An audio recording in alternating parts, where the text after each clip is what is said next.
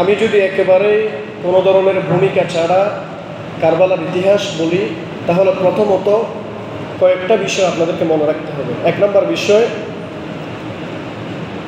কারবালা যেটা, এই কারবালার স্থান হচ্ছে ইরাকে।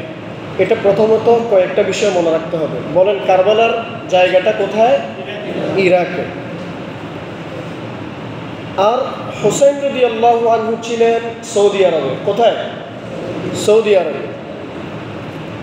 সৌদি আরবের প্রথমে ছিলেন মক্কায়, পরে তিনি সেখান থেকে আবার মদিনায় চলে যান। মদিনায় ছিলেন, সেখান থেকে মক্কায় চলে যান, মক্কা থেকে সে পরবর্তীতে একেবারে কারবালায় চলে যান। এরপরে যার সাথে আমাদের দ্বন্দ্ব, হুসাইন রাদিয়াল্লাহু আনহুর সাথে যেটা ঘটনা আমরা জানি, ইয়াজিদের সাথে। সেই ইয়াজিদ ছিল সিরিয়ার দামেস্কে। ইয়াজিদ কোথায় ছিল? সিরিয়ার দামেস্কে।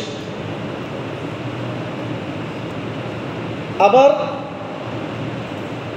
ইরাকের রাজধানী ছিল কুফা।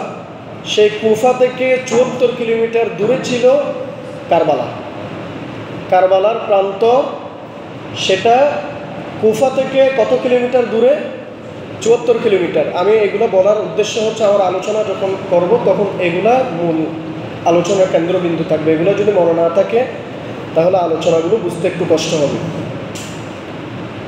এরপরে ফুরাত নদীর একটি অংশ, একটি শাখা কারবালার পাশ দিয়ে বহমান ছিল।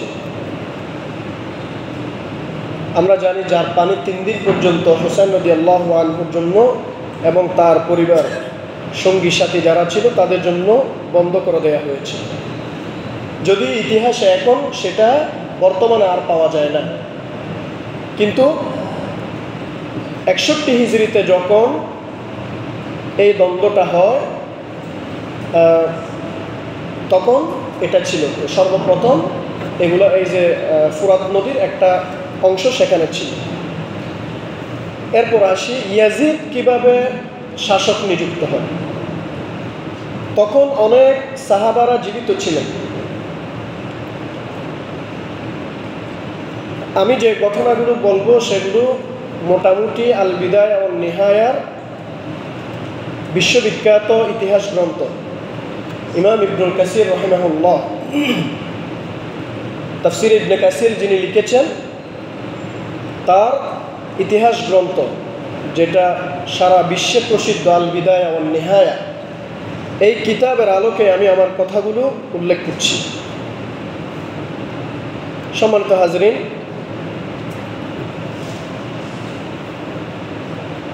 হিজরি সন ৬০, তখন আমিরুল মুমিনিন কাতিবুল ওয়াহি হযরত সাইয়্যিদুনা মুআবিয়া রাদিয়াল্লাহু আনহু ইন্তেকাল করেন। আমার আলোচনার এই অংশতেই আপনারা বুঝে যাবেন আমার মন মানসিকতা কীরকম। আমি এখানে বলেছি আমিরুল মুমিনিন কাতিবুল ওয়াহি হযরত সাইয়্যিদুনা মুআবিয়া রাদিয়াল্লাহু আনহু। বলেন, সবাই বলেন, মুআবিয়া রাদিয়াল্লাহু আনহু। এটা আমাদের ইমানের অংশ। মুআবিয়া রাদিয়াল্লাহু আনহুকে আমরা ইতিহাসের কাঠগড়ায় অনেকেই দাঁড় করাই, এই কারবালার ঘটনা থেকে শুরু করে। সেজন্য আমাদের প্রথমত এটা মনে রাখতে হবে, কোনো একজন সাহাবীর ব্যাপারে ন্যূনতম যদি কেউ সন্দেহ পোষণ করে তাহলে তার ঈমান চলে যাওয়ার আশঙ্কা আছে। এজন্য আমি আপনাদের সাথে নিয়ে একসাথে বললাম রাদিয়াল্লাহু আনহু। আচ্ছা, মুআবিয়া রাদিয়াল্লাহু আনহুর ছেলে ছিল ইয়াজিদ। মুআবিয়া রাদিয়াল্লাহু আনহু প্রখ্যাত সাহাবী ছিলেন, জলিলুল কদর সাহাবী ছিলেন। তিনি কাতিবুল ওয়াহি ছিলেন, মানে ওয়াহি লেখক। তিনি যখন ইন্তেকাল করেন, তার ইন্তেকালের পূর্বে তিনি একটা সিদ্ধান্ত নেন। সেই সিদ্ধান্তটা অন্যান্য সাহাবীদেরকে তিনি জানিয়ে দেন। সেটা হচ্ছে, তিনি বলেন, আমার ইন্তেকালের পরে খেলাফতের দায়িত্বভার গ্রহণ করবে তার সন্তান ইয়াজিদ ইবনে মুআবিয়া। ইয়াজিদ ইবনে মুআবিয়া। তো এখন আপনি এই ঘটনাকে কেন্দ্র করে মুআবিয়া রাদিয়াল্লাহু আনহুকে ইতিহাসের কাঠগড়ায় দাঁড় করাতে পারেন না। কি কারণ? কারণ কি? কারণ মুজতাহিদ যারা, এদের যদি ভুল হয়, মনে রাখবেন মুজতাহিদ যারা, এদের যদি ভুল হয় তাহলে সেখানে আল্লাহ তাআলা একটা সওয়াব দেন। সুবহানাল্লাহ। সহিহ বুখারীর ৭৩৫২ নম্বর হাদিস। عن عمرو بن العاص أنه سمع رسول الله صلى الله عليه وسلم يقول إذا حكم الحاكم فاجتهد ثم أصاب فله أجران وإذا حكم فاجتهد ثم أخطأ فله أجر। কোন মুজতাহিদ যদি সঠিক সিদ্ধান্ত নেয় তাহলে তার জন্য দুটি পুরস্কার আছে। কয়টি পুরস্কার? সঠিক সিদ্ধান্ত নিলে।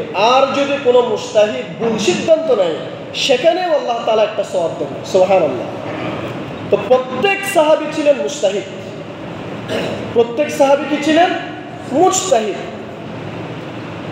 যারা ইজতিহাদ করতেন। সেজন্য মুআবিয়া রাদিয়াল্লাহু আনহু তিনি যদি ভুলও যদি করে থাকেন, তার সন্তানকে খেলাফতের দায়িত্ব দিয়ে সেখানে আমি আপনি আঙ্গুল তোলার কোনো সুযোগ নাই। কিন্তু তার মানে এটা নয় যে আপনি ইয়াজিদের ক্ষমতাকে আমি বৈধ মনে করছি, এটা না। মুআবিয়া রাদিয়াল্লাহু আনহুর সিদ্ধান্তের ব্যাপারে আমি আপনি কথা বলার কোনো সুযোগ নাই। কারণ তিনি কি সাহাবী? বলেন, তিনি কি সাহাবী? সাহাবীকে গালি দেওয়া যাবে? আল্লাহর নবী বলেছেন, কোন ব্যক্তি যদি আমার সাহাবীকে গালি দেয় তাহলে তোমরা তার জানাজা পড়তে যাবে না। নাউজুবিল্লাহ বলেন না। তাহলে আল্লাহর নবীর সাহাবীকে গালি দেওয়া যাবে? সাহাবীকে যদি গালি দেয় তাহলে জানাজাও না পড়তে বলেছেন নবী করিম সাল্লাল্লাহু আলাইহি ওয়াসাল্লাম। সেজন্য আমরা মুআবিয়া রাদিয়াল্লাহু আনহুকে আমরা দেখব একজন সাহাবী হিসেবে। সম্মানিত হাজিরিন, যা হোক, সিদ্ধান্ত মোতাবেক তিনি যখন ইন্তেকাল করলেন ইয়াজিদ ক্ষমতায় আসলো। কিন্তু ইয়াজিদের তুলনায় আলম, আমল, তাকওয়াতে তার চেয়ে বহু গুণে গুণান্বিত অনেক সাহাবী তখন জীবিত ছিলেন।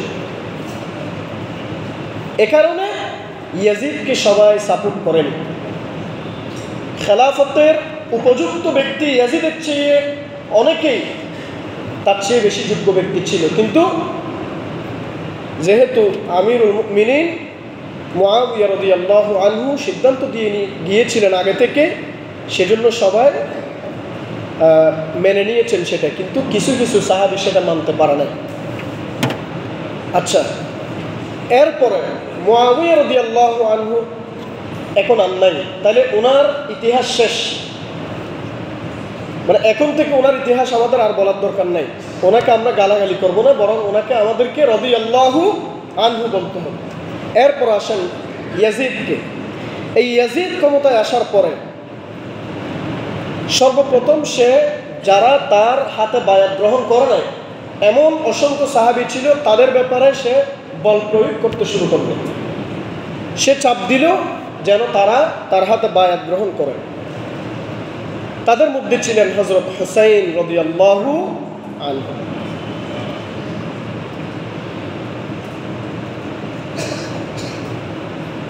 أما بعد فخذ حسينا وعبد الله ابن عمر وعبد الله ابن الزبير بالبيعة أخذا شديدا ليست فيه رخصة حتى يبايعوا والسلام। যেভাবেই হোক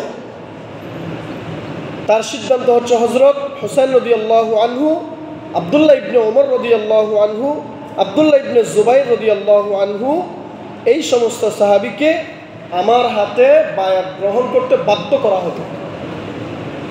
তাহলে সে এখন বাধ্য করা শুরু করলো। শুধু হুসাইন রাদিয়াল্লাহু আনহু না, আব্দুল্লাহ ইবনে ওমর রাদিয়াল্লাহু আনহুর মতো প্রখ্যাত সাহাবী, আব্দুল্লাহ ইবনে জুবাইর রাদিয়াল্লাহু আনহুর মতো জলিলুল কদর সাহাবী, তাহলে ওনারা তখনও জীবিত ছিলেন। ওনাদেরকে সে বায়াত গ্রহণ করতে বল প্রয়োগ করল। বায়াত বলতে এখানে আগেকার যুগে খলিফার হাতে হাতে বায়াত গ্রহণ করতে হতো। বায়াত মানে আনুগত্যের বায়াত, তাসবিহ তাহলিলের বায়াত না, আনুগত্যের বায়াত।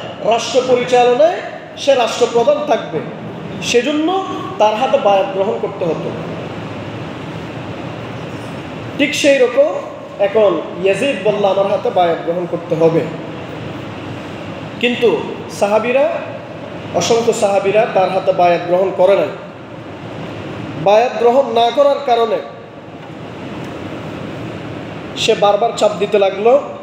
বিশেষত মদিনার গভর্নর যিনি ছিলেন তার উপরে বল প্রয়োগ করতে লাগলো, কারণ সাহাবীরা বেশিরভাগ ছিলেন মদিনায়। সেজন্য হুসাইন রাদিয়াল্লাহু আনহু চিন্তা করলেন, একজন ফাসেকের হাতে বায়াত গ্রহণ আমি করব না। তো এখন আমি যদি মদিনায় থাকি, আমাকে বারবার বল প্রয়োগ করতে শুরু করলো, সুতরাং আমি মদিনা ছেড়ে মক্কায় চলে যাব। তিনি চলে গেলেন মক্কায়। কোথায়? মক্কায়। এরপরে হুসাইন রাদিয়াল্লাহু আনহু তিনি যে মক্কায় চলে গেলেন সেটা তারা জেনে গেল। সেটা জানাজানি করার পরে বিশেষত কুফার লোকেরা, ইরাকের কুফার জনগণ জানতে পারলো যে হুসাইন রাদিয়াল্লাহু আনহু মক্কায় আছেন। এখন কুফার জনগণরা কি করলো? তারা বলল, না, আমরাও ইয়াজিদকে খলিফা হিসেবে মানব না, আমরা হুসাইন রাদিয়াল্লাহু আনহুর হাতে বায়াত গ্রহণ করব। সেজন্য তারা চিঠি পাঠালো, শুধু একটা না দুইটা না, এরকম হাজার হাজার তারা চিঠি পাঠালো হুসাইন রাদিয়াল্লাহু আনহুকে, আপনি আমাদের কাছে চলে আসেন, আমরা আপনার হাতে বায়াত গ্রহণ করব, আপনি আমাদের খলিফাতুল মুসলিমিন হবেন, ইয়াজিদকে আমরা খলিফা হিসেবে মানব না।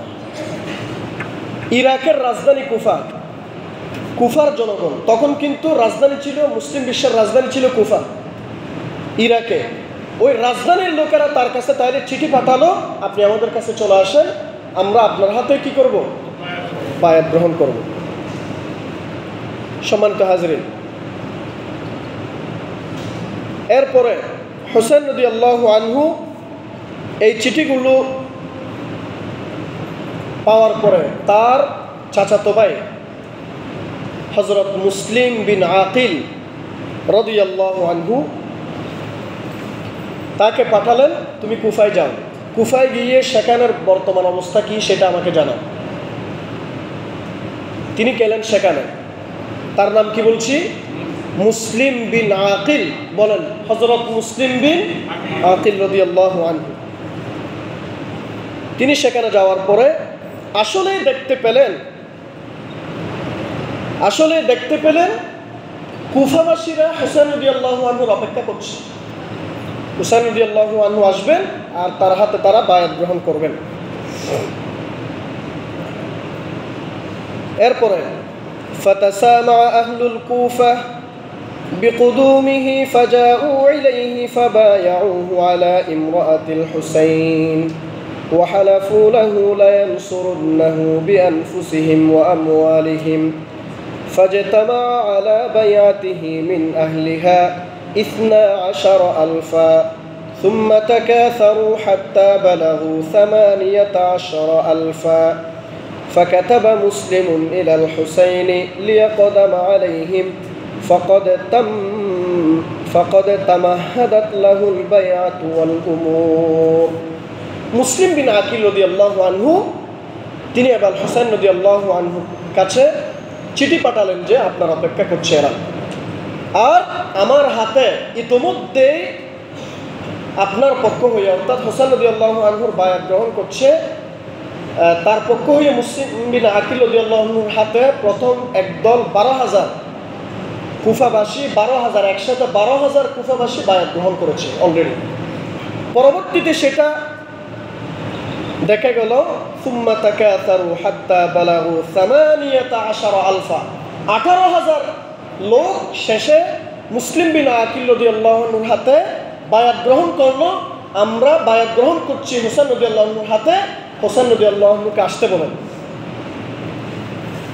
আচ্ছা, এখানে কি হুসাইন রাদিয়াল্লাহু আনহু নিজে নিজে যাওয়ার জন্য সেখানে চেয়েছেন, নাকি তারা নিজ উদ্যোগে সেখানে চিঠি পাঠালো? আবার চিঠি পাঠানোর পরে তাদের বর্তমান অবস্থা জানানোর জন্য তার চাচাতো ভাই মুসলিম বিন আকিল রাদিয়াল্লাহু আনহুকে পাঠালেন। পরবর্তীতে তার হাতে 18,000 লোক হোসেন রাদিয়াল্লাহু আনহুকে খেলাফতের দায়িত্বে বসানোর জন্য বায়াত গ্রহণ করলেন, তাহলে এখানে হোসেন রাদিয়াল্লাহু আনহুর কোনো দোষ আছে? বরং কুফাবাসী এক প্রকার জোরাজুরি করছে তাকে নিয়ে যাওয়ার জন্য। সম্মানিত হাজিরিন, এভাবে চিঠি পাওয়ার পরে এবার হোসেন রাদিয়াল্লাহু আনহু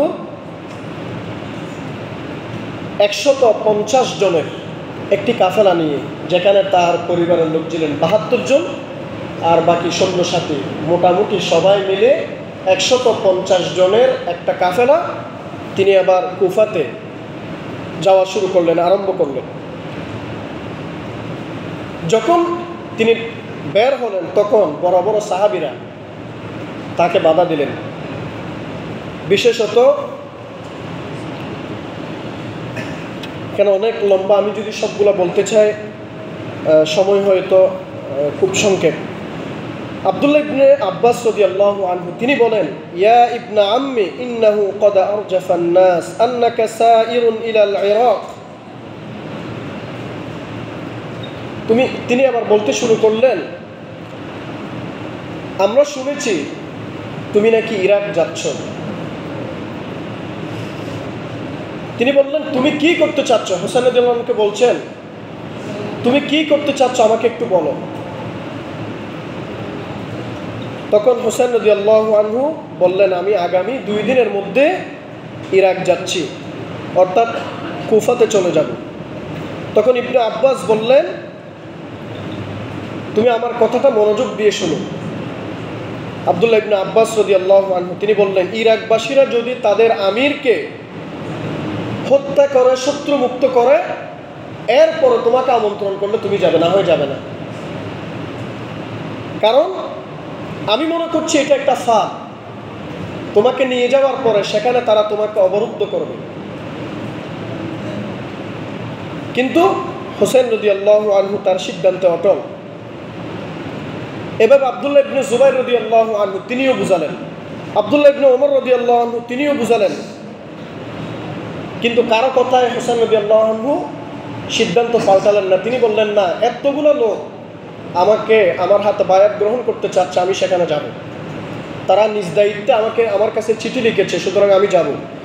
দ্বিতীয়বার আব্দুল্লাহ ইবনে আব্বাস রাদিয়াল্লাহু আনহু হোসেন রাদিয়াল্লাহু আনহুকে আবারও বুঝাতে আসলেন, ইন্না আহলাল ইরাক কওমুন গুদুরুন ফালা তাগতারুন্না বিহিম আকিম ফি হাদাল বালাদ। তিনি বললেন, ইরাকবাসীরা হলো গাদ্দার, প্রতারক। ইবনে আব্বাস বললেন, ইরাকবাসীরা হলো গাদ্দার, প্রতারক। দ্বিতীয়বার বললেন, তুমি তাদের প্রতারণায় প্রতারিত হবে না, বরং তুমি মক্কাতেই থাকো। একথা শুনে হোসেন রাদিয়াল্লাহু আনহু তার সিদ্ধান্তে অনড়। তিনি বললেন, না, আমি আমার সিদ্ধান্ত পরিবর্তন করব না। তখন ইবনে আব্বাস রাদিয়াল্লাহু আনহু বললেন, ফাইন কুনতা ওয়ালা বুদ্দা সাইরান ফালা তাসির বিনিসাইকা ওয়াসিবিয়াতিকা ফাওয়াল্লাহি ইন্নী লাখালিফুন আন তুকতালা কামা কুতিলা উসমান ওয়া নিসাউহু ওয়া ওয়ালাদুহু ইয়ানজুরুনা ইলাইক। তুমি যদি একান্ত ইরাকে যেতে চাও তাহলে তুমি মহিলা এবং শিশুদেরকে রেখে যাও। আল্লাহর কসম, ইবনে আব্বাস রাদিয়াল্লাহু আনহু বলছেন, আমার ভয় হচ্ছে যেভাবে তারা হযরত উসমান রাদিয়াল্লাহু আনহুকে হত্যা করেছিল তার স্ত্রী এবং তার সন্তানাদির সামনে, ঠিক ইরাকবাসীরা তোমার স্ত্রী, তোমার সন্তানাদিদের সামনে তোমাকে হত্যা করবে। আল বিদায়া ওয়ান নিহায়া 11 নম্বর খণ্ড 495 পৃষ্ঠা থেকে 497 পৃষ্ঠা নম্বর, এই যে এগুলাতে এটা লিখা আছে। ইবনে আব্বাস বললেন, আমার ভয় হচ্ছে উসমান রাদিয়াল্লাহু আনহুকে যেভাবে তারা হত্যা করেছে তার স্ত্রী সন্তানাদের সামনে, ঠিক তোমাকেও একই রকম তারা হত্যা করবে। কারণ তারা কি? গাদ্দার, তারা প্রতারক। কিন্তু হোসেন রাদিয়াল্লাহু আনহু তাদের এই কথাগুলো শুনেন নাই। এখন কথা আসতে পারে, পরবর্তীতে এই যে সাহাবীরা যেটা বলেছিল সেটাই তো হয়েছিল, তাহলে কি হোসেন রাদিয়াল্লাহু আনহুর ভুল ছিল? হ্যাঁ, হোসেন রাদিয়াল্লাহু আনহুর ভুল ছিল, এটা ইজতিহাদে খতা বলা হয়। ইজতিহাদি ভুল ছিল। ইজতিহাদি ভুল করলে সেখানেও একটা কি সওয়াব আছে, বলেন সেখানে কি আছে? সওয়াব আছে। কিন্তু সাহাবীদের কথা যদি তিনি শুনতেন সেটা তার জন্য কল্যাণকর হতো। কিন্তু তিনি ইজতিহাদ করলেন, তিনি ইজতিহাদ করার পরে তিনি সিদ্ধান্ত নিলেন তিনি যাবেন। ওই সিদ্ধান্তের মধ্যে যদি ভুলও থাকে, আমরা এর আগে হাদিসটা বলেছি সহিহ বুখারীর, তাহলে কোনো ইজতিহাদ যদি ভুল করে থাকে আল্লাহ তাআলা সেখানেও একটি নেকি প্রদান করেন। সুবহানাল্লাহ। সম্মানিত হাজিরিন, জিলহজ মাসের ৮ তারিখ কুফার উদ্দেশ্যে রওনা হয়ে গেলেন হযরত হুসাইন রাদিয়াল্লাহু আনহু। ثم أقبل الحسين يسير نحو الكوفة ولا يعلم بشيء مما وقع من الأخبار। অপরদিকে কুফার মোড় ভিন্ন দিকে ঘুরতে লাগলো। এতদিন পর্যন্ত তারা চাচ্ছিল হুসাইন রাদিয়াল্লাহু আনহু আসুক, কিন্তু তিনি যখন বের হয়ে গেলেন জিলহজ মাসের ৮ তারিখ, এবার তাদের মোড় ঘুরতে লাগলো। সেটা কি? সর্বপ্রথম ইয়াজিদ দেখতে পেল কুফার গভর্নর হযরত নুমান ইবনে বাশির রাদিয়াল্লাহু আনহু, তিনি সাহাবী ছিলেন, তিনি নিশ্চুপ। অর্থাৎ কুফাবাসীদের, কুফার এখানে হযরত হুসাইন রাদিয়াল্লাহু আনহু আসছেন আর কুফাবাসীরা বিদ্রোহ করেছে। এরপরে নুমান ইবনে বাশির রাদিয়াল্লাহু আনহু ইয়াজিদের পক্ষ হয়ে কোনো কাজ করে নাই। সেজন্য তিনি সর্বপ্রথম করলেন নুমান ইবনে বাশির রাদিয়াল্লাহু আনহুকে তার গভর্নর থেকে পদচ্যুত করে দিলেন, গভর্নর থেকে বাদ দিয়ে দিলেন।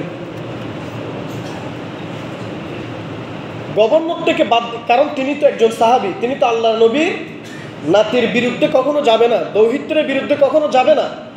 সেজন্য ইয়াজিদ, এই ইয়াজিদের ভুল ছিল এখানে। ইয়াজিদ শুরুতে কি করলো?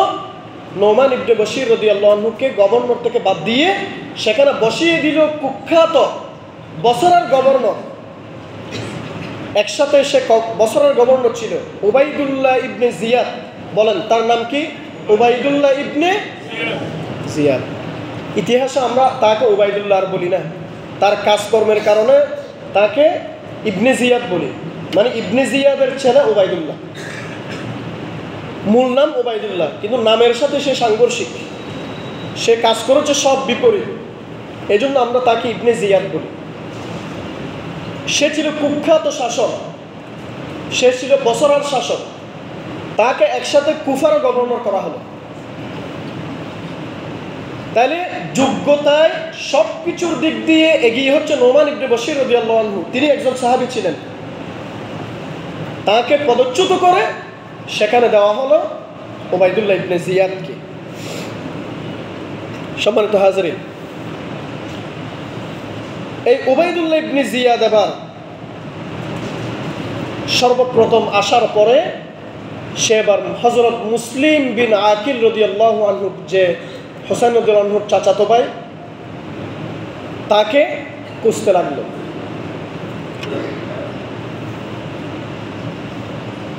ইবনে জিয়াদকে নির্দেশ করা, কাতাবা ইয়াজিদু ইলা ইবনে জিয়াদ ইযা কদিমতাল কুফা ফাতাতাল্লাব মুসলিম ইবনে আকিল ফাইন কদারতা আলাইহি ফাকতুলহু আও ইনফিকহি। ইয়াজিদের পক্ষ থেকে ইবনে জিয়াদের কাছে চিঠি লিখল, মুসলিম বিন আকিলকে আগে গ্রেফতার করো, গ্রেফতার করে মুসলিমকে হয় হত্যা করবে, ফাকতুলহু হয় তাকে হত্যা করবে, আও ইনফিহি অথবা তাকে দেশান্তরিত করে দিবে, অথবা এই দেশ থেকে তাকে বিতাড়িত করে দিবে, কুফা থেকে বের করে দিবে। হয় তাকে হত্যা করবে, না হয় তাকে বের করে দিবে। এটা বলল কে? ইয়াজিদ। বলল কে? ইয়াজিদ।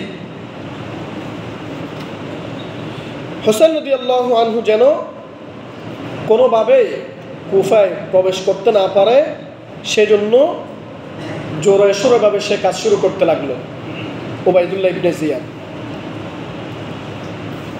যাই হোক, হযরত মুসলিম বিন আকিল রাদিয়াল্লাহু আনহুকে খুঁজে পেল। পাওয়ার পরে ইতোমধ্যে একটা চিঠি লিখলো। যখন মুসলিম বিন আকিল রাদিয়াল্লাহু আনহু জানতে পারলেন উবাইদুল্লাহ ইবনে জিয়াদ তাকে খুঁজতেছে, তখন তিনি আরেকটা চিঠি লিখলেন। হোসেন রাদিয়াল্লাহু আনহুর কাছে যে আপনি এখন যেখানে আছেন সেখানে থাকেন, কুফাতে আপনি আসবেন না, কারণ কুফার লোকেরা এখন সবগুলো বিপরীত হয়ে গেছে। যেগুলো আপনাকে এতদিন আসতে বলেছিল এগুলো এখন আপনার বিপক্ষ হয়ে গেছে, আর এগুলোর নেতৃত্ব দিচ্ছে ওবাইদুল্লাহ ইবনে জিয়াদ, সুতরাং আপনি এখানে আর আসবেন না। কিন্তু কুফা থেকে মক্কার দূরত্ব 1470 কিলোমিটার। বলেন, কুফা থেকে মক্কার দূরত্ব কত কিলোমিটার? 1470 কিলোমিটার। তখন কি প্লেন ছিল, রকেট ছিল, বিমান ছিল না। তখন আপনার যানবাহন ওই ঘোড়া, ওট। তাহলে 1470 কিলোমিটার পথ পাড়ি দিয়ে আপনাকে আসতে হবে। দৈনিক 63 থেকে 64 কিলোমিটার পর্যন্ত অতিক্রম করা যেত। তার মানে 23 দিনের পথ। মক্কা থেকে কুফা কয় দিনের পথ? 23 দিনের পথ। তখন তার মোবাইল ছিল না, সাথে সাথে একটা ফোন দিলে কাজ হয়ে যাচ্ছে। ইন্টারনেট ছিল না, একটা মেসেজ দিলে, হোয়াটসঅ্যাপে একটা মেসেজ দিল, ওখানে পৌঁছে গেল। ওই অবস্থা তো ছিল না। তিনি লিখলেন চিঠি, কিন্তু চিঠি লিখতে লিখতে তখন বড্ড দেরি হয়ে গেল। চিঠিটা পৌঁছানোর পূর্বেই হোসেন রাদিয়াল্লাহু আনহু মক্কা থেকে বের হয়ে গেছেন। আবার এদিকে মুসলিম বিন আকিল রাদিয়াল্লাহু আনহুকে গ্রেফতার করা হলো। গ্রেফতার করার পরে ওবাইদুল্লাহ ইবনে জিয়াদ এবার তাকে বলল, তুমি হোসেন রাদিয়াল্লাহু আনহুকে লানত দাও। নাউজুবিল্লাহ বলেন। হোসেন রাদিয়াল্লাহু আনহু এবং তার পরিবার পরিজনকে তুমি লানত দাও। কিন্তু মুসলিম বিন আকিল রাদিয়াল্লাহু আনহু তিনি বরং ওবাইদুল্লাহ ইবনে জিয়াদের উপর লানত দিলেন। এরপরে জিলহজ মাসের 9 তারিখ আরাফার দিনে সরকারি প্রাসাদের উপরে ইবনে জিয়াদ তোলে, সেখানে তার গর্দান দ্বিখণ্ডিত করা হলো। ইন্না লিল্লাহি ওয়া ইন্না ইলাইহি রাজিউন। মুসলিম বিন আকিল রাদিয়াল্লাহু আনহুকে শাহাদাত বরণ করতে হলো। তাহলে এর একদিন আগে হোসেন রাদিয়াল্লাহু আনহু বের হয়ে গেছেন। আবার এদিকে এসে এর পরের দিন 9 তারিখ মুসলিম বিন আকিল রাদিয়াল্লাহু আনহুকে শাহাদাত বরণ করতে হলো। সম্মানিত হাজরিন, যেহেতু 1470 কিলোমিটারের পথ, তাহলে আসতেও সময় লাগবে প্রায় 23 দিনের পথ। মাত্র এখনো 2 দিন গেল। ইতোমধ্যে কুফার অবস্থা এবং মুসলিম বিন আকিল রাদিয়াল্লাহু আনহুর শাহাদাত সম্পর্কে হোসেন রাদিয়াল্লাহু আনহু জানতে পারলেন। কুফায় আসা পর্যন্ত মক্কা থেকে তিনি 38টা স্থানে বিশ্রাম নিয়েছিলেন। কয়টা স্থানে? 38টা। সেখান থেকে একটি স্থানের নাম হচ্ছে জুবালা। নাম কি? জুবালা। তিনি যখন সেখানে থামেন, সেখান থেকে কুফা মাত্র আর 4 দিনের দূরত্ব। কয় দিনের দূরত্ব? 4 দিনের দূরত্ব। কিলোমিটার যদি আমরা হিসাব করি 250 থেকে 300 কিলোমিটার দূরত্ব। এখানে কুফা থেকে 4 সদস্যের একটি দল আসলো। তাদের সাথে হোসেন রাদিয়াল্লাহু আনহু সাক্ষাৎ হলো। তাদের মাধ্যমে হোসেন রাদিয়াল্লাহু আনহু জানতে পারলেন মুসলিম বিন আকিল রাদিয়াল্লাহু আনহুকে শাহাদাত বরণ করা হলো, এবং কুফাবাসীরা বর্তমানে তারা আর চাচ্ছে না হোসেন রাদিয়াল্লাহু আনহুকে। হোসেন রাদিয়াল্লাহু আনহু তাদেরকে কুফার বর্তমান অবস্থা সম্পর্কে জানতে চাইলে মুজাম্মি বিন আবদুল্লাহ একজন ব্যক্তির নাম, সে বলল, আপনি যে অবস্থায় কুফাবাসীকে দেখে আসতে চাইছিলেন এখন সেই অবস্থায় আর নাই, বরং আপনার উচিত হবে আপনি এখান থেকে চলে যেতে পারেন। আমরা জানি যে কুফাবাসীরা আপনার বিরুদ্ধে এখন তলোয়ার নেবে, সুতরাং আপনি তাদের প্রতারিত হবেন আপনি সেখানে গেলে, সুতরাং আপনি না যাওয়াটাই উচিত হবে। এরপর জানতে বললেন যে আমার প্রতিনিধির খবর কি? তখন সে বলল, প্রতিনিধির এই অবস্থা, হযরত মুসলিম বিন আকিল রাদিয়াল্লাহু আনহুকে ছাদ থেকে ফেলে হত্যা করা হয়েছে, সেখানে আবার গর্দান দ্বিখণ্ডিত করে ফেলা হয়েছে।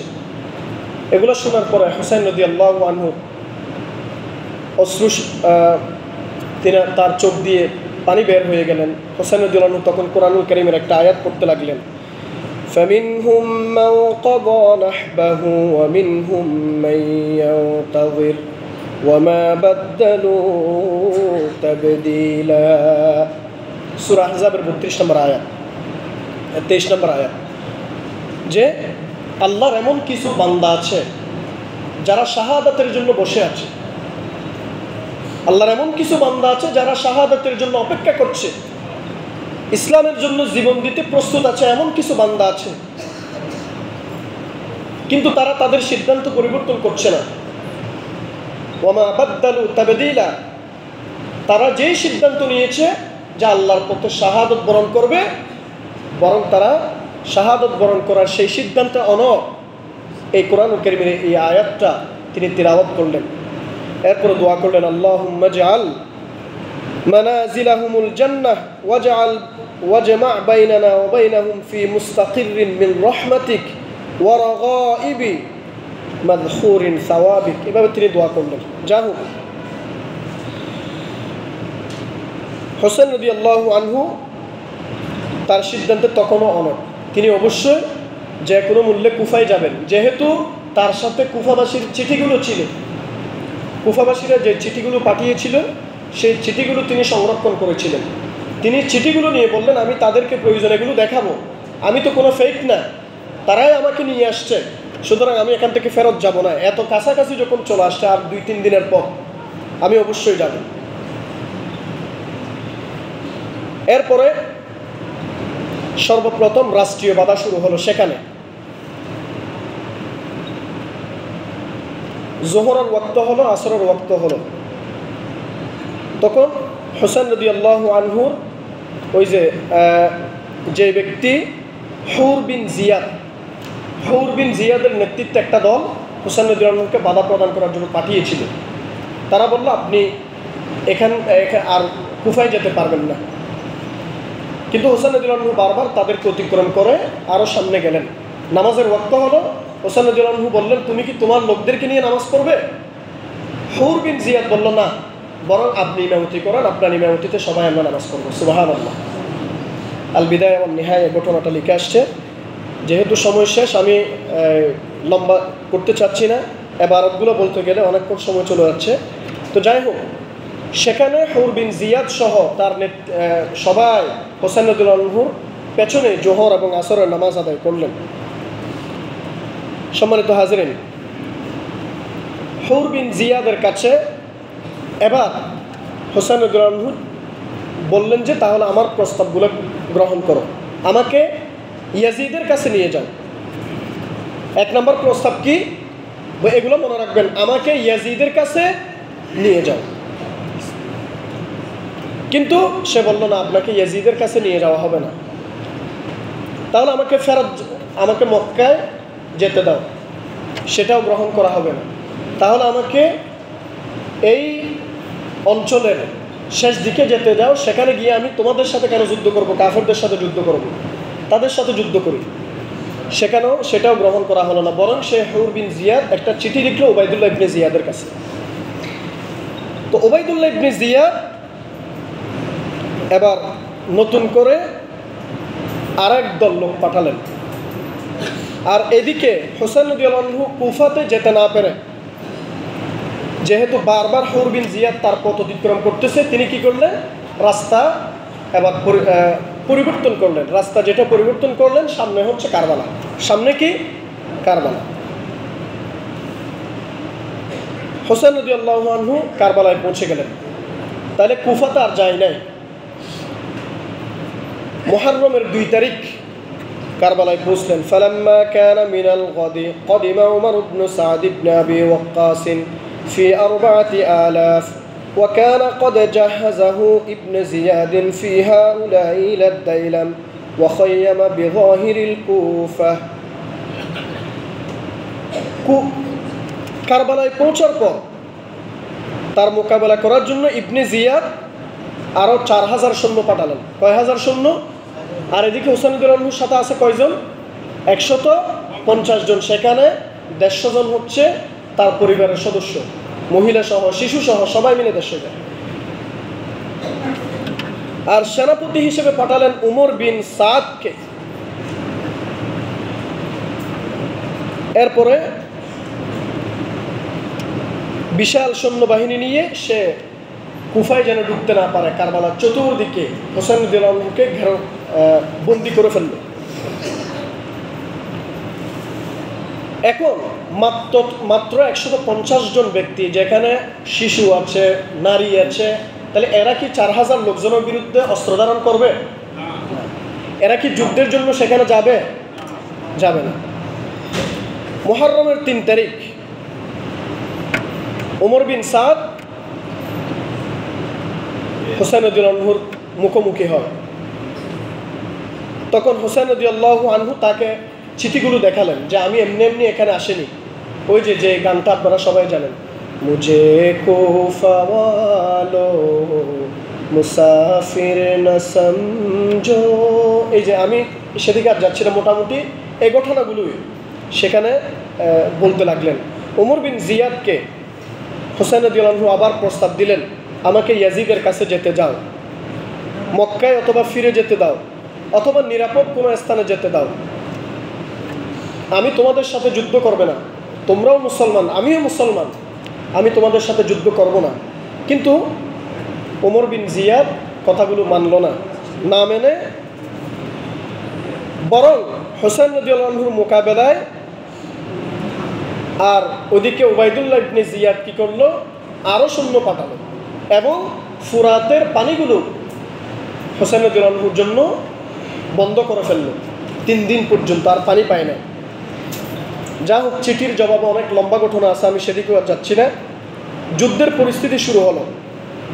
এখানে আরেক দল পাঠালো উবাইদুল্লাহ, নেতৃত্ব দিল শিমার বিন জিল জাওশান, ইতিহাসে যাকে শিমার নামে পরিচিত। এই শিমারকে ইয়াজিদ উবাইদুল্লাহ ইবনে জিয়াদ বলল, যদি উমর বিন জিয়াদ যদি হোসেন রাদিয়াল্লাহু আনহুর সাথে যদি যুদ্ধ করতে না চায়, তাহলে উমর বিন জিয়াদকে তুমি হত্যা করে বরং তুমি সেনাপতি হবে, এরপর হোসেন রাদিয়াল্লাহু আনহুকে হত্যা করবে। কে বলল? উবাইদুল্লাহ ইবনে জিয়াদ। এখানে ইয়াজিদের কাহিনী এখনো আসে না, ইয়াজিদ কিন্তু এখনো ক্ষমতায়, সে তো দামেস্কে, সিরিয়ার দামেস্কে, রাজধানী সিরিয়ার দামেস্কে সে। এদিকে ইরাকের মধ্যে এই ঘটনাগুলো ঘটছে, সে তো আর এতগুলো ঘটনা জানে না। যাই হোক, এরপরে উমর বিন জিয়াদ পরবর্তীতে দেখতে পেল যে সীমার আসার পরে আরও বেশি কঠোর হয়ে গেল হোসেন রাদিয়াল্লাহু আনহুর সাথে যুদ্ধ করতে। একদল লোক আসলো, হোসেন রাদিয়াল্লাহু আনহুর একজন চাচাতো ভাই, তিনি আসলেন। তিনি হোসেন রাদিয়াল্লাহু আনহুকে বললেন তারা আসছে, বলল তুমি গিয়ে তাদের সাথে কথা বলে জানতে পারলো তারা যুদ্ধ করতে আসছে। হোসেন রাদিয়াল্লাহু আনহু বলতে লাগলেন, ঠিক আছে, আমি তো যুদ্ধ করতে আসিনি, যেহেতু তারা যুদ্ধই করতে চাচ্ছে তাহলে যুদ্ধ আজকে হবে না, যুদ্ধ হবে আগামীকাল। আমি আজকে একটা দিন আমি আল্লাহর দরবারে দোয়া করতে চাই, আল্লাহর দরবারে আমি ইস্তেগফার করতে চাই, আমি নামাজ আদায় করতে চাই, এগুলো অনেক তিনি ঘটনাগুলো বললেন। পরবর্তী 10 মুহররম সকালবেলা যুদ্ধ শুরু হওয়ার পরে লম্বা ঘটনা, সময় শেষ, লম্বা ঘটনা। সেখানে আমরা জানি সর্বপ্রথম ওমর বিন সাদ সে তীর নিক্ষেপ করে নিজেকে জাহির করতে লাগলো, নিজেকে জাহির বলতে লাগলো, ইতিহাসে আমার নাম লেখা থাকবে, আমি সর্বপ্রথম তীর নিক্ষেপকারী, নাউজুবিল্লাহ। যাই হোক, হোসেন রাদিয়াল্লাহু আনহুর সঙ্গী সাথী একে একে সবাই শাহাদত বরণ করতে শুরু করলেন। জোহরের ওয়াক্ত হয়ে গেল।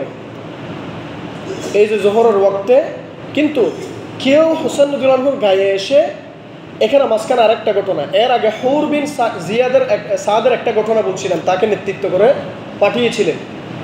তিনি এবার হঠাৎ হোসেন রাদিয়াল্লাহু আনহুর দলে চলে আসলেন। তিনি বললেন যে আমি তো জানতাম না তোমরা হোসেন রাদিয়াল্লাহু আনহুকে হত্যা করার জন্য এত ষড়যন্ত্র করতেছ। হোসেন রাদিয়াল্লাহু আনহুকে আমি যতক্ষণ থাকবো ততক্ষণ পর্যন্ত হোসেন রাদিয়াল্লাহু আনহুর গায়ে কেউ আঘাত করতে পারবে না। শত্রুর পক্ষ থেকে তিনি তরবারি নিয়ে হোসেন রাদিয়াল্লাহু আনহুর পাশে দাঁড়িয়ে গেলেন। আল্লাহু আকবার।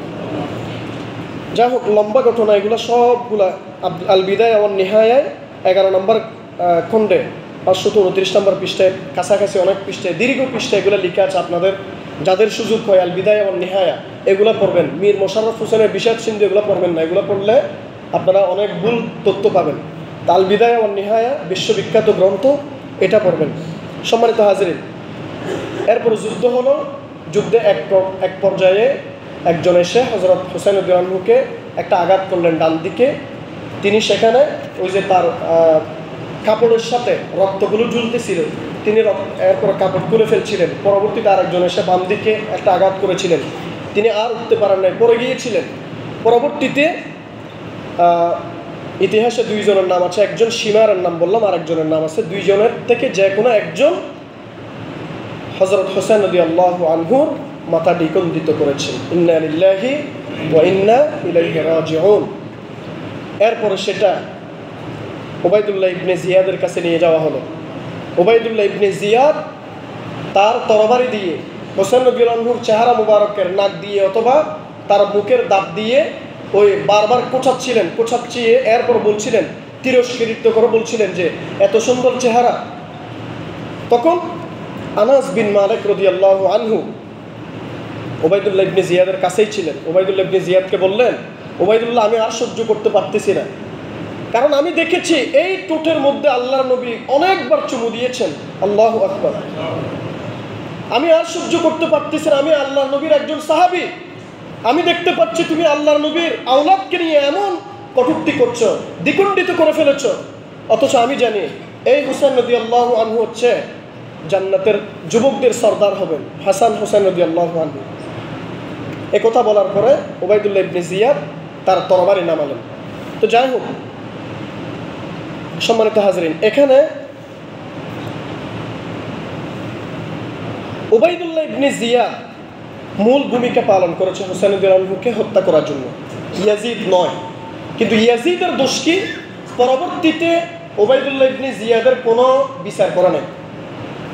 ইয়াজিদ তো বলে না যে হত্যা করতে, কিন্তু হত্যা করার পরে তার দরবারে যখন নিয়ে গেল, ইয়াজিদ সে দুঃখ প্রকাশ করে নাই, আবার খুশিও প্রকাশ করে নাই।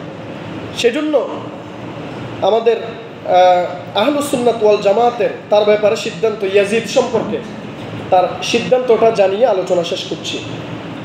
সিদ্ধান্ত হচ্ছে তার ব্যাপারে কোনো ধরনের বাড়াবাড়ি করা হবে না, অর্থাৎ তাকে ভালোবাসাও যাবে না, তাকে লানতও দেয়া যাবে না। এটা আহলুস সুন্নাত ওয়াল জামাতের মতামত।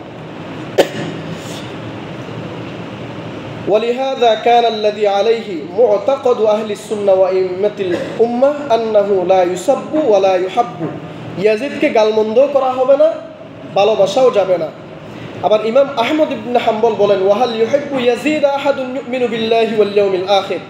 আল্লাহ এবং আখিরাতে বিশ্বাসী কোনো মুমিন ইয়াজিদকে ভালোবাসতে পারে না, তবে তাকে লানত করা হয় না। কারণ কি? ফায়াজিদু ইনদা উলামাই আইম্মাতিল মুসলিমিন মালিকুম মিনাল মুলুক লা ইউহিব্বুনাহু মাহাব্বাতাস সালিহিন ওয়া আউলিয়া ইল্লাহ ওয়া লা ইয়াসুব্বুনা ফাইন্নাহুম লা ইউহিব্বুনা লা'নাতাল মুসলিমিন মুঈন।